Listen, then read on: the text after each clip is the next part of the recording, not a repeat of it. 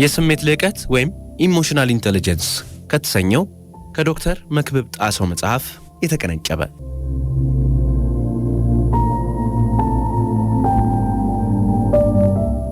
ማህበራዊ ክህሎት ወይም ሶሻል ስኪልስ። ማህበራዊ ክህሎት ማለት አብረን ከምንኖራቸው ማህበረሰቦች ጋር እንዴት መኖር እንዳለብን ማወቅ፣ መረዳት ማለት ነው። የምንኖርበትን ማህበረሰብ ማወቅ ወሳኝ ነው።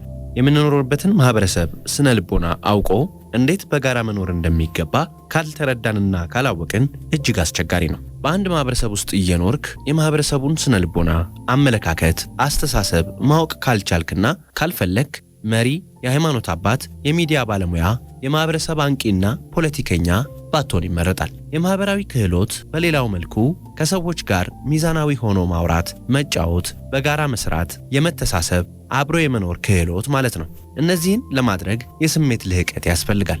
ማህበራዊ ክህሎት ያለው ሰው ስሜቱን የሚገዛ፣ ማዳመጥ የሚችል፣ ሰዎችን መምከርና ምሳሌነት ያለው ህይወት መኖር የሚችል ሰው መሆን ነው። ከማህበረሰብ ጋር እንዴት መኖር እንደምትችል ካላወቅ እጅግ አስቸጋሪን ህይወት ትመራለህ። ማህበራዊ ክህሎት በውስጡ ብዙ ዘርፎች ሲኖሩት በሚከተሉት ዋና ዋና አንጓዎች ይቀነበባል። የመጀመሪያው ውጤታማ ተግባቦት ወይም ኢፌክቲቭ ኮሚኒኬሽን የሚባለው ነው። በብዙ መልኩ ውጤታማ ተግባቦት የሚጀምረው እርስ በርስ በመከባበር መግባባት የሚያነሳሳ፣ ሌሎች የሚችሉትን እንዲያደርጉ የሚያበረታታ ነው ይላል ዚግ ዚግላር። ውጤታማ ተግባቦት ማለት ሰዎችን ሁሉ እኩል በመመልከት መልካም የሆነ ግንኙነት መፍጠር ማለት ነው።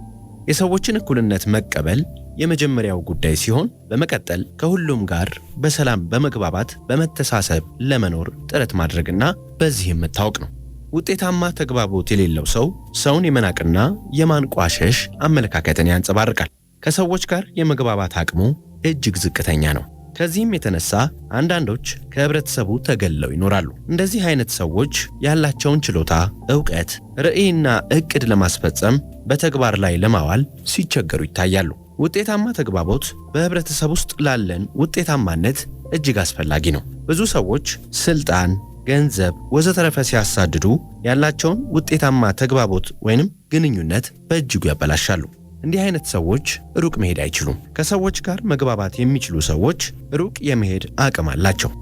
የመግባባት አቅም ያለው ሰው ስሜቱን የመግዛት ችሎታ አለው ለማለት ያስደፍራል። ብዙውን ጊዜ ውጤታማ ተግባቦትን እጅግ አግዝፈን እናየዋለን። ይህ ትክክለኛ ሐሳቢ አይደለም። በቀላሉ ሰዎችን ሰላም ማለት፣ ማዳመጥ፣ በማህበረሰቡ መልካም ባህል መሰረት ግንኙነት መፍጠር፣ ለአለባበስ መጠንቀቅ፣ መታዘዝ፣ አብሮ በጋራ መስራት፣ ጉራን፣ ትዕቢትን፣ እኔነትን አውጥቶ መጣል፣ የመኖር ትርጉም ለሌላው መኖር፣ መሳካት፣ መቃናት መሆኑን መገንዘብ ነው።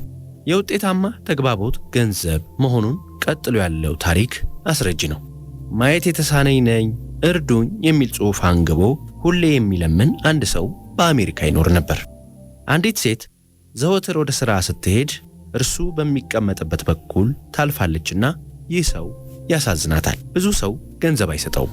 አንድ ቀን የጽሑፉን ይዘት ለመቀየር ወሰነችና በጠዋት አይነ ስውሩ ጋር መጥታ ሰላምታ አቅርባለት ስሟን ነግራው ለዘመናት አብሮት የኖረውን ጽሑፍ ልትቀይረው እንደምትፈልግ ነገረችው። እርሱም ፈቃደኛ ሆነ። እርሷም መልእክቱን ቀየረችውና ሰጠችው። ወደ ሥራዋም ሄደች። ማታ ስትመጣ ሰውየው እጅግ ብዙ ገንዘብ ሰብስቧል። ምሳውን ገዝቶ በልቷል። የሚጠጣው ውሃም አለው። ሴትየዋ ሰላም ዋልክ፣ ቀኑ እንዴት ነበር አለችው። የሚለምነውም ሰው በድምጿ አለያትና እባክሽን ምን ብለሽ ጽፈሽ ነው ሰው እንዲህ ሊረዳኝና ገንዘብ ሊሰጠኝ የቻለው? እባክሽ ንገሪኝ አላት። እርሷም አነበበችለት። ዛሬ ቀኑ እጅግ ደስ ይላል፣ እኔ ግን ማየት አልችልም የሚል ነበር። እርሱም በሲቃ ድምፅ አመሰገናት። አንዳንዴ ትልቅ ችግር ደርሶብን ሰዎች ሊረዱን ፈቃደኛ የማይሆኑት የተግባቦት የግንኙነት አቅማችን እጅግ ዝቅተኛ ሊሆን ስለሚችል ይህንን ማጎልበት እጅግ አስፈላጊ ነው።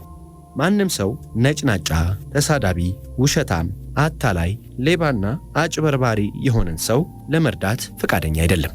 ሐሳቡን በትህትና በጥሩ ንግግር በእውነት ማቅረብ የሚችል ሰው ብዙ ድጋፍ ሊያገኝ ይችላል። የፈለገውን ያህል ትልቅ ራዕይና ዓላማ ቢኖርህ ነገር ግን ውጤታማ ተግባቦት ከሌለህ ፍሬያማ መሆን እጅግ ይቸግርሃል። ውጤታማ ተግባቦትና ግንኙነት ያለው ሰው መልካም የሆነ ማህበራዊ ክህሎት አለው። ይህ ማለት የተሻለ የስሜት ልህቀት አለው ማለት ነው። እንደዚህ አይነት ሰው ሌሎችን የመግዛት ወይንም በጎ ተጽዕኖ የማድረግ አቅሙ የላቀ ነው። ሁለተኛው ግጭትን የመፍታት ፍላጎትና አቅም ነው። ፈውስ ከራስ ጋር ያለው ግጭት መጨረሻ ነው ይላል ያልታወቀ ምንጭ የጠቀሰው ጥቅስ ነው። በማንኛውም ማህበረሰብ ውስጥ ስንኖር በጣም ብዙ አይነት ግጭቶች ይነሳሉ። እነዚህ ግጭቶች መጠናቸው ቢለያይም መነሻው ግን በሰዎች መካከል ነውና ይህንን የመፍታት አቅም ያለው ሰው እጅግ የተመሰገነና ተፈላጊነቱም እጅግ የላቀ ነው። በማህበረሰብ ውስጥ ግጭቶች ይነሳሉ። ጥያቄው ግጭቶች ለምን ተነሱ ሳይሆን እንዴት ማንንም አካል ሳይጎዳ እንፍታው የሚል መሆን አለበት። ክፉ ሰዎች ግጭትን ሲያባብሱ፣ አረመኔ ሰዎች በግጭት ይነግዳሉ። መልካም ሰዎች ግን በመልካም መልኩ ግጭትን ለመፍታት ጥረት ያደርጋሉ። ግጭትን የሚፈቱ ሰዎች መልካም ተግባቦት ያላቸውና የስሜት ልህቀት ክህሎት ያላቸው ናቸው። በመሆኑም ማህበራዊ ተግባቦት የሚመጣውን ግጭት በጥበብ ለመያዝና ለመፍታት እጅግ ጠቃሚ ነው። ግጭቶች ሊያስደነግጡን፣ ሊያደናብሩንና ተስፋ ሊያስቆርጡን የዓለም መጨረሻ ሊመስለን አይገባም። ምንም እንኳን ግጭቶች እጅግ አስከፊ ችግሮችን ይዘው ቢመጡም ግጭትን የመፍታት አቅም ካለንና በአግባቡ በጊዜ ከፈታናቸው ይዘውት የሚመጣው አቅም እንዳለም መረዳቱ ጥሩ ነው። በመሆኑም ችግርን የመፍታት አቅም ያለው ሰው በማህበራዊ ተግባቦት የተካነ የላቀ የስሜት ልህቀት እንዳለው ማሳያ ነው። ማህበራዊ ክህሎት ያለው ሰው አንዱ ምልክቱ ችግሮችን የመፍታት አቅም ሲኖረው ነው። ይህ አቅም አንዳንዶች በመወለድ ወይም በተፈጥሮ ሲኖራቸው፣ ሌሎች በትምህርትና በልምድ ራስን በማሰልጠን ይካኑታል። በመሆኑም በማንኛውም ሁኔታና ጊዜ ግጭትን አትሽሽ፣ አታመልጠውም። ነገር ግን ለመፍታት ወደ ሰላም ለማምጣት ጥረት አድርግ። ሶስተኛው ሐሳብ ንቁ አድማጭ መሆን ነው። በጣም ልባዊ ከሆኑ የአክብሮት አይነቶች አንዱ ሌላው የሚናገረውን ማድመጥ ነው ይላል ብሪያንት ኤች ማክጊል የተባለ ግለሰብ። ማህበራዊ ክህሎት ያለው ሰው ንቁ አዳማጭ ነው። ሌሎችን ይሰማል። ብዙ ቦታ ስብሰባዎች ላይ ሰዎች ለመደማመጥ አይፈልጉም፣ አያዳምጡም። መልእክቱ በሚመጣበት አግባብ ሳይሆን በራሳቸው ንጽረተ ዓለም እየተረጎሙ ያዳምጣሉ። ይህ ስህተት ነው። ለሌሎች ድምፅ የዝሆን ጆሮ ይስጠኝ ብሎ እኔ ብቻ ልደመጥ የሚል ሰው የስሜት ልህቀቱ የላሸቀበት ሲሆን፣ እርሱ ተደምጦ ሌሎችን ከልቡ የሚያደምጥ የስሜት ልህቀቱ የላቀለት ሰው ነው። የስሜት ልህቀት ያለው ሰው የማህበራዊ ክህሎቱ የተትረፈረፈ፣ ይህም ማህበራዊ ክህሎቱ ደግሞ ንቁ አዳማጭ፣ ሰውን ለመስማት የተዘጋጀ የሚሰማና የሚረዳ ሰው ያደርገዋል። ስለሆነም ንቁ አዳማጭ መሆን ከተገቢነት በላይ ማህበራዊ ክህሎታችንን ይጨምራል። ሰዎች የሚያዳምጣቸውን ሰው እጅግ ይፈልጋሉ። ማዳመጥ ብቻ። አንድ ጊዜ አንድ የሃይማኖት አባት በትምህርታቸው መካከል ይህን የገጠማቸውን ለምዕመናን ተናገሩ። በአንድ ወቅት አንዲት ሴት ወደ ቢሮ መጣች። እኔም ምን ልርዳሽ ሳልላት እንዲሁ ስለ ፈጣሪ ቸርነት፣ መልካምነት አወራኋትና ባርኬ ሸኘኋት። በሚቀጥለውም ቀን መጣች። ከዚያም ለሶስተኛ ጊዜ መጣች። እኔም ወደ ልቡናዬ ተመልሼ እህቴ ምን ልርዳሽ ብዬ ጠየቅኳት። እርሷም ያለፈችበትን ነገር መናገር ጀመረች። መጀመሪያ ዝግ ብላ ነበር ስትናገር የነበረው። ከዚያ ነገሩ ጠንከር እያለ ሲሄድ ድምጿ ከፍ እያለ እንባዋ አይኗን እየሞላ መጣ። ከዚያም ለረጅም ጊዜ እያለቀሰች አወራችኝ። እኔም ዝም ብዬ በጥሞና አዳመጥኳት። ቢያንስ ለ50 ደቂቃ ያህል አወራችኝ፣ አለቀሰች፣ መናገር የፈለገችውን ተናገረች። በመጨረሻም ቀለል እንዳላት ተረዳሁ።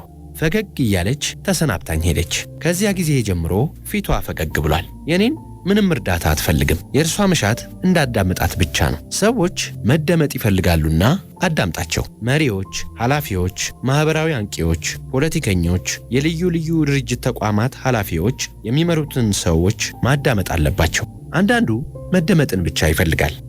ሌላው ከመደመጥ ባሻገር ያለውን ነባራዊ ሁኔታ ይነግርሃል። በተጨማሪም መፍትሄ ይዞ የሚመጣም አለ። ለማንኛውም ሰዎችን ለማድመጥ ዝግጁ እንሁን። ሰዎች የሚሉትን የማያዳምጥ የራሱን ብቻ የሚያወራ ሰው ተቀባይነቱ እየወረደ ይሄዳል። ማድመጥ ወይንም መስማት ከተሰጡን የስሜት ህዋሳት አንዱ ነው። ስለዚህ በምትኖርበት ህብረተሰብ ውስጥ ተጽዕኖ ማምጣት ከፈለግ ህብረተሰቡ የሚለውን በትዕግስትና በጥሞና አዳምጥ። አፈጣጠራችንስ 2 ጆሮና 1 አፍ አይደለምን? የሚሆነው ብዙ እንድንሰማ ጥቂት እንድናወራ ይመስለኛል። አንድ ዘመዴ በዚህ እጅግ የተካነ ሰዎችን የመስማት አቅሙ እጅግ ከፍተኛና በዙሪያው ባሉ ሰዎች ዘንድ ተጽዕኖ ፈጣሪ የሆነም ሰው ነው። አንድ ጊዜ አንድ በጣም እኔ የሚል ጉረኛ የሆነ ሰው ከዘመዴ ጋር በጣም ብዙ ያወራል። እኔም አብሬው ነበርኩ። ከዚያም ሰው ጋር ሲለያዩ ጎበዝ ነህ፣ በጣም ነው የሰማኸው አልኩት። እርሱም መስማት ጥሩ ነው፣ ጆሮ እንደው አይሞላ አለኝ። እኔም እላችኋለሁ ሰዎችን እንስማቸው፣ ጆሮ እንደው አይሞላ። የሚያደምጡ ሰዎች ጥበበኛ ይሆናሉ፣ የማያደምጡ ሰዎች ከንቱ ሆነው ይቀራሉ።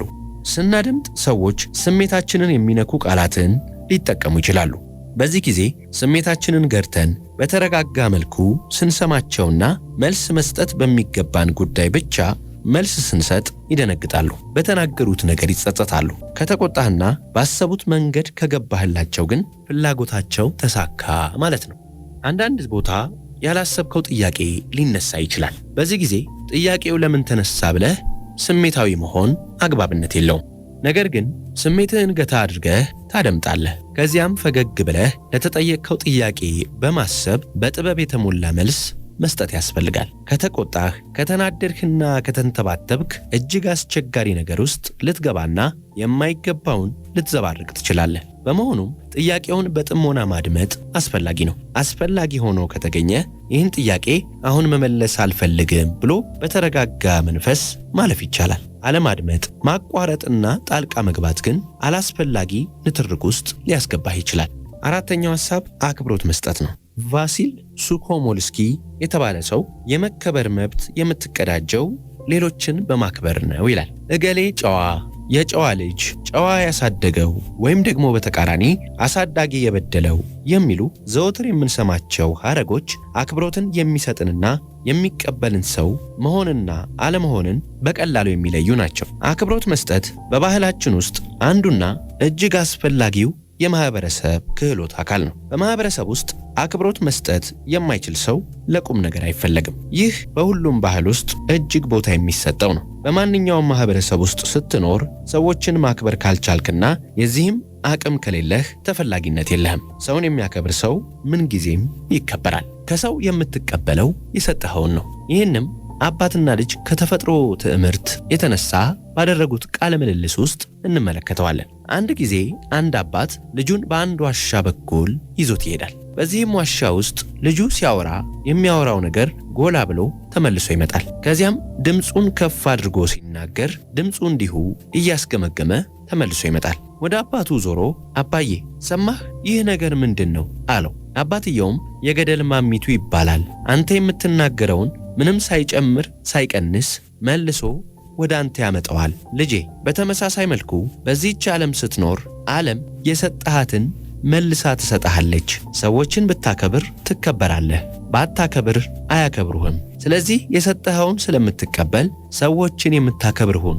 ሰውን ማክበር እጅግ ጠቃሚ ነው ብሎ መለሰለት። ሰውን ማክበር ምንም ጉዳት የሌለው ነገር ግን እጅግ ብዙ ጥቅም ያለው ባህል ነው። ሰውን ስታከብር ትከበራለህ። ሰዎች ያምኑሃል። ካንተ ጋር ሲሆኑ ደህንነት ይሰማቸዋል። ስላንተ መልካም ያስባሉ፣ ይመሰክራሉ።